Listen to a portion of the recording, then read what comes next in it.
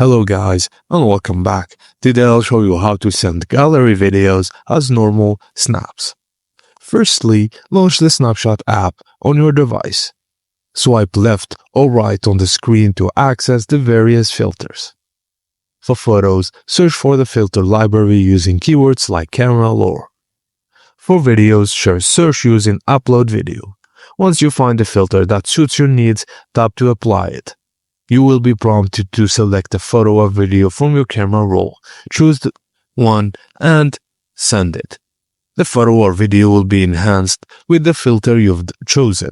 After editing, you can proceed to send it as a normal snap to your friends or post it in your story.